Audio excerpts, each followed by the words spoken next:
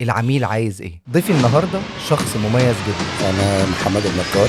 مهندس بدأ حياته بشكل عادي جدا. وأتشرف إن أنا كنت مهندس معماري. الناس بني آدم وبعد كده باش مهندس. طبيعي تلاقي مهندس معماري دخل كلية هندسة إن هو عايز يشتغل في مكتب استشاري. ازاي من مهندس لحد سي ليفل؟ فلقيت إن أنا جزء أساسي عشان أكون معماري شاطر لازم أتعلم سيلز. تفتكر انه لازم كل واحد فينا يبقى بيعرف يبيع؟ كان في فرصة إن أنا أرجع ديزاينر. رئيس مجلس الإدارة قال لي أنت مش بتاع ديزاين، ويمكن دي كانت صدمة بالنسبة لي. شاركت وعملت ديزاين أكتر من 1500 بيت في 3 سنين. هنا نقطة التحول. العميل عايز ايه؟ العميل الأول لازم يحس إن أنت أصلا مهتم ومديله وقت وجاي عشان تسمعه. يعني ايه اصلا تجربة العميل في الريل استيت؟